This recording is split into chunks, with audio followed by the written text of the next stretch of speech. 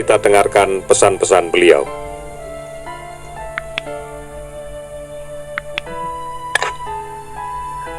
Assalamualaikum warahmatullahi wabarakatuh. Pertama, selamat sore, salam sejahtera. Saudara-saudara sekalian, seperti disampaikan oleh Pak Yuri tadi, hari ini kita mau peringati 112 tahun yang lalu, di mana para pendiri bangsa ini, para tokoh bangsa mengemukakan tentang kebangkitan kita dengan Budi Utomo. Artinya lah hanya dengan bersatu kita bisa bangkit. Itu intinya. 112 tahun sekarang kita mengalami masalah yang berbeda.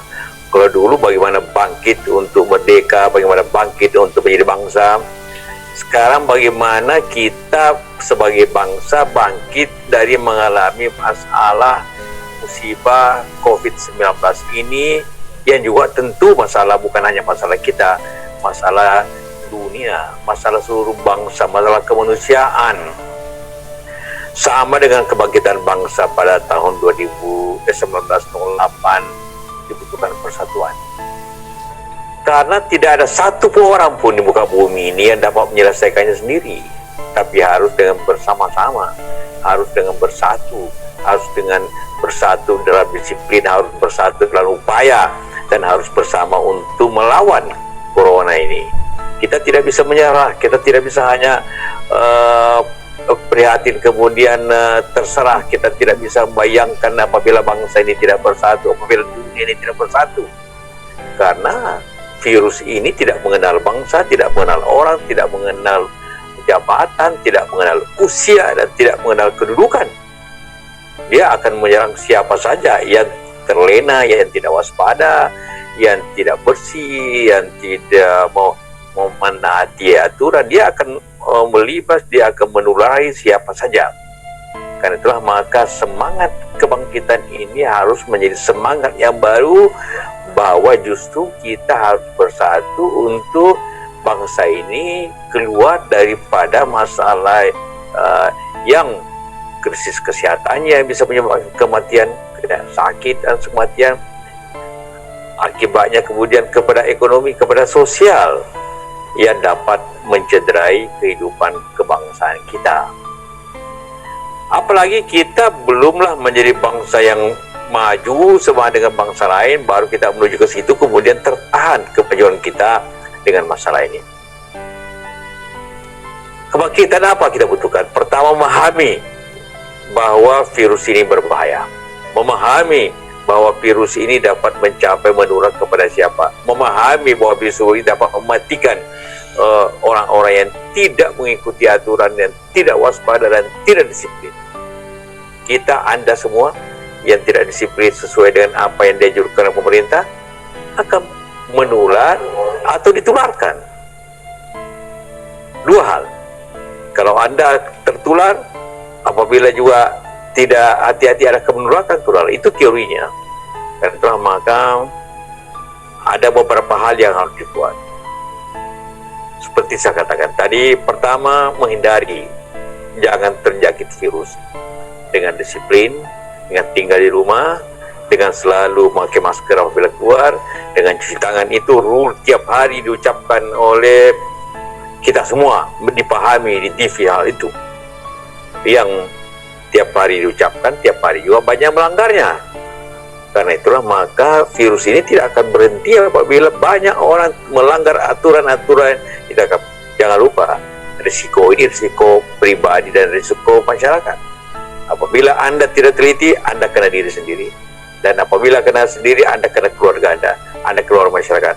Anda punya dosa besar dalam situasi ini. Baik yang menerima sebaran itu, baik yang menularkan semangat itu. Kedua, kita harus berjuang bersama-sama untuk melawan virus ini dengan mematikannya. Itu kita lakukan. Banyak hal yang kita bisa lakukan, antara lain dengan disinfektan secara menyeluruh, sterilisasi kota secara menyeluruh. Karena hanya cara itu dapat mencegah penularannya di samping menghindarinya. Tanpa kita berusaha bersama-sama, karena itulah maka Pemerintah Indonesia memfokuskan diri antara lain ke upaya itu untuk melawannya, bukan membiarkannya kemana-mana. Kita harus mematikannya. Tanpa mematikannya dia akan menyebar. Karena apabila hanya menghindar dan tidak mematikannya, tidak mengurangi penyebarannya, maka akan berakibat kepada kesakitan dan kematian. Karena itu akan menyebabkan kesibukan para dokter kita, rumah sakit kita akan penuh. Jadi rumah sakit akan penuh apabila kita tidak melawannya dan tidak disiplin untuk terhindar seperti itu. Karena itu selalu saya katakan suatu segitiga yang harus bersama-sama kita lakukan. Menghindarinya dengan tinggal di rumah, dengan segala upaya kesehatan dan sebagainya. Melawannya dengan mematikan virus itu dengan semangat. Kemudian bersiap apabila itu terjadi penurunan dengan upaya kesehatan.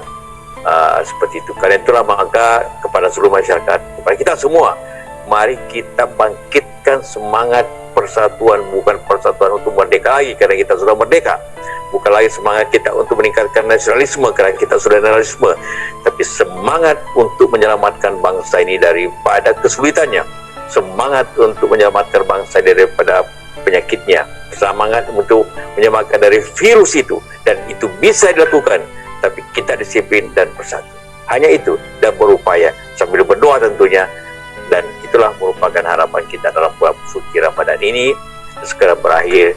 Ikutilah seluruh petunjuk yang diberikan oleh pemerintah, oleh pejabat, atau juga oleh masyarakat keseluruhan, dan bersama melawan itu dengan mensucikan atau mensterilisasi rumah kita, masjid kita, gereja-gereja masyarakat tertentu pada umumnya, dan kita semua peserta sini.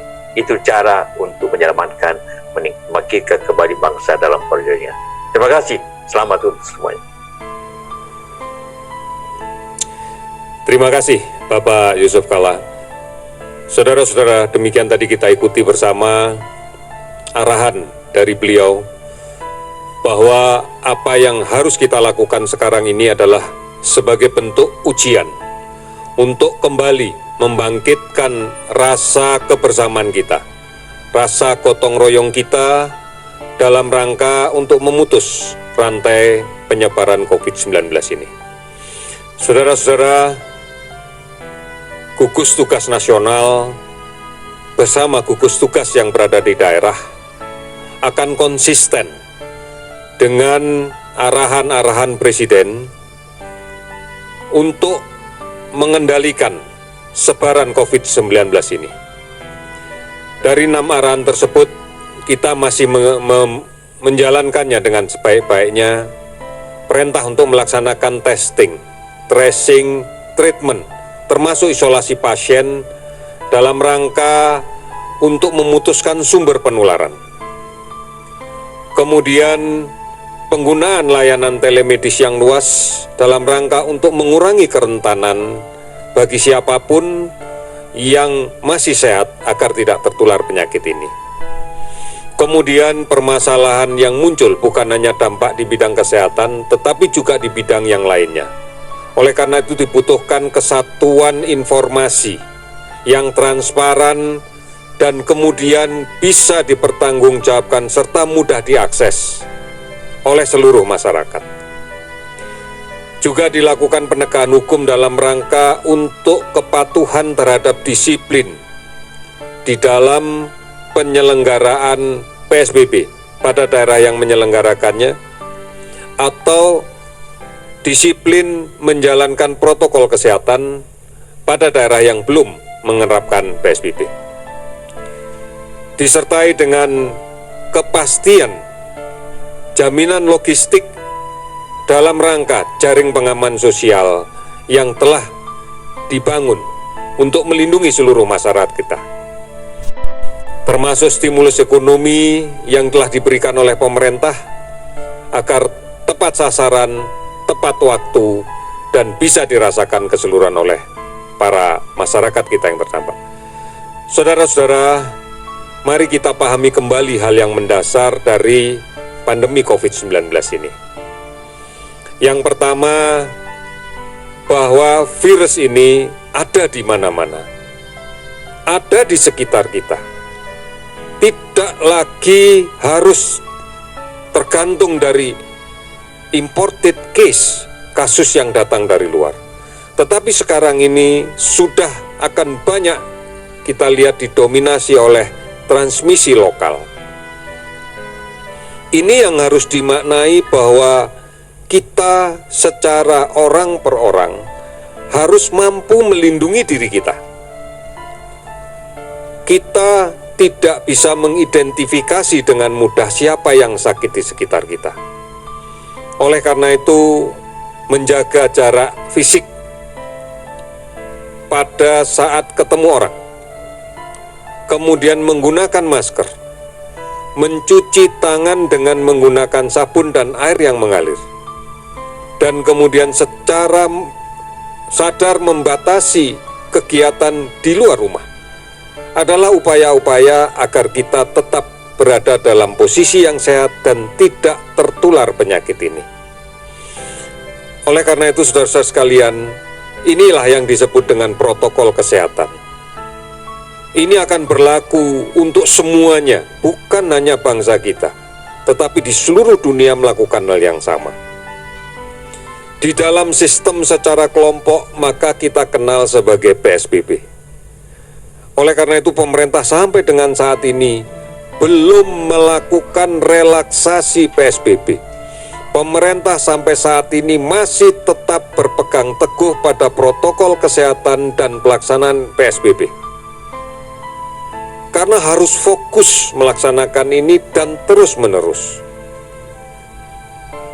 Ditunjang dengan melakukan masif, pemeriksaan yang massal, yang masif, kemudian kontak tracing yang lebih agresif lagi. Kalau kita ketemukan kasusnya, kita isolasi dengan yang baik sebaik-baiknya, dan kalau ada yang sakit, kita obati sebaik-baiknya. Komitmen pemerintah tetap melakukan ini. Indikator keberhasilan kita adalah seberapa banyak kita bisa mengendalikan pertambahan kasus baru, yang nantinya juga akan mampu mengendalikan kasus kematian. Oleh karena itu, saudara-saudara sekalian, ini yang harus kita lakukan. Tidak ada upaya yang saat ini sedang dijalankan oleh pemerintah untuk mengendorkan atau merelaksasi PSBB. Memang benar bahwa kami sekarang, pemerintah saat ini, sedang melakukan berbagai macam kajian, berbagai macam skenario, yang kemudian akan kita kembangkan dan pasti nantinya akan dilaksanakan apabila kondisi pengendalian penyakitnya sudah memungkinkan untuk dilakukan relaksasi, dilakukan upaya untuk mengendorkan pembatasan-pembatasan di bidang PSBB. Kami sedang melakukan kajian ini karena problem dari setiap daerah, dari tiap-tiap provinsi, dari tiap-tiap kabupaten kota tidak sama. Oleh karena itu, dibutuhkan kajian data yang komprehensif oleh semua pihak, dan ini yang sekarang sedang disusun oleh pemerintah. Mohon untuk tidak dimaknai bahwa sekarang sudah diberlakukan, karena kalau kemudian relaksasi ini tidak terukur, maka yang terjadi adalah penularan-penularan baru. Akibat ada perasaan merasa sudah tidak perlu pakai masker, merasa sudah tidak perlu lagi menjaga jarak, merasa tidak perlu lagi untuk menghindari kerumunan. Kalau ini yang dilakukan, maka penularan akan semakin banyak. Kasus positif yang kita dapatkan akan semakin banyak, dan ini akan semakin menyulitkan kita. Oleh karena itu, saudara-saudara sekalian, mari bersama-sama, seperti apa yang telah disampaikan oleh Bapak Yusuf Kala tadi. Mari bangkit bergotong royong. Permasalahan ini bukan permasalahan satu orang, bukan permasalahan sekelompok orang, tapi permasalahan seluruh orang di muka bumi. Oleh karena itu, mari kita kembali untuk membangkitkan semangat gotong royong, semangat kebersamaan, semangat saling membantu, saling melindungi, agar pandemi COVID-19 ini bisa segera kita kendalikan. Kita sudah mengetahui bahwa Organisasi Kesehatan Dunia pun tidak bisa memastikan sampai kapan pandemi ini akan berlangsung. Kita belum mampu untuk melawan secara langsung karena memang belum ada vaksin yang bisa diproduksi dan bisa digunakan untuk memunculkan kekebalan pada orang yang belum sakit. Oleh karena itu, saudara-saudara sekalian, maka mari kita melindungi diri kita. Hanya upaya ini yang bisa kita lakukan manakala kita ingin memutus rantai penyebaran COVID-19 ini. Saudara-saudara, data yang kami dapatkan pada hari ini, jumlah spesimen total yang sudah kita periksa akumulatif adalah 211.883 spesimen. Termasuk diantaranya spesimen yang kita periksa dengan real-time PCR ataupun dengan mesin TCM yang sudah kita miliki di berbagai wilayah di tanah air ini. Dari jumlah spesimen yang diperiksa sebanyak itu, maka konfirmasi kasus COVID-19 yang kita dapatkan pada hari ini meningkat 693 orang. Ada 693 orang yang terinfeksi dari pencatatan laboratorium hari ini, sehingga totalnya menjadi 19.189 orang. Kasus sembuh meningkat 108 orang sehingga total menjadi 4.575 orang. Kasus meninggal 21 orang sehingga menjadi 1.242 orang. Sudah 391 kabupaten kota di 34 provinsi yang terdampak. Saudara-saudara, rantai penularan di luar masih berlangsung. Oleh karena itu, kalau kita perhatikan pada kasus ODP yang sekarang masih kita pantau, masih ada 44.703 orang. Kasus PDP yang kita pantau 11.705 orang. Ini memberikan gambaran pada kita bahwa upaya melindungi diri masih belum berjalan dengan baik. Masih kita lihat banyak yang mengabaikan protokol kesehatan, mengabaikan tidak menggunakan masker, mengabaikan tidak menjaga jarak, mengabaikan tidak kemudian menghindari kerumunan. Oleh karena itu kembali kami ingatkan dan harus kita laksanakan. Yang pertama, cuci tangan. Ini menjadi sesuatu yang penting dan ini harus menjadi sebuah kebiasaan baru. Cuci tangan gunakan sabun dengan air yang mengalir setidaknya 20 detik. Kemudian, kalau tidak terpaksa tidak keluar rumah, namun apabila terpaksa harus keluar rumah, pakai masker. Pakai masker dengan benar. Karena kami masih melihat banyak sekali masker digunakan dengan cara yang tidak benar. Hanya ditutup mulutnya saja, hidungnya tidak. Oleh karena itu gunakan masker yang benar. Dan pastikan setelah keluar rumah ganti masker yang baru. Kemudian biasakan untuk menghindari kerumunan. Paling tidak kita harus bisa menjaga jarak sekitar 1 meter. Kerumunan ini terjadi akibat ketidakpahaman atau tidak kepedulian untuk menjaga jarak. Oleh karena itu, kita harus tetap produktif dalam situasi yang seperti ini, namun aman terhadap COVID. Protokol itulah yang tadi melindungi kita. Saudara-saudara, pada situasi sekarang, jangan bepergian. Tidak perlu bepergian kemanapun, termasuk mudik. Risikonya luar biasa besarnya. Kita tidak pernah tahu siapa yang sakit yang berada di luar. Oleh karena itu, mari kita mengambil sikap yang baik, berpartisipasi dalam memutuskan rantai penularan COVID-19 dan meyakini informasi yang benar dari akun-akun atau layanan-layanan yang sudah disiapkan oleh pemerintah. Jangan mempercayai berita-berita yang tidak bisa dipertanggungjawabkan. Saudara-saudara, hanya ini yang bisa kita lakukan. Lakukan dengan disiplin. Lakukan bersama-sama dengan seluruh keluarga kita. Presiden sudah memerintahkan bahwa gugus tugas, baik yang di pusat, yang di daerah, bahkan secara spesifik, pemerintah daerah, kepala daerah agar meningkatkan peran gugus tugas sampai tingkat provinsi, sampai tingkat RT, sampai tingkat RW, sampai tingkat kelurahan, desa, nagari, untuk bersama-sama membangun sistem yang saling melindungi pada warganya. Hanya dengan cara ini kita bisa melakukan dengan baik upaya pengendalian COVID-19.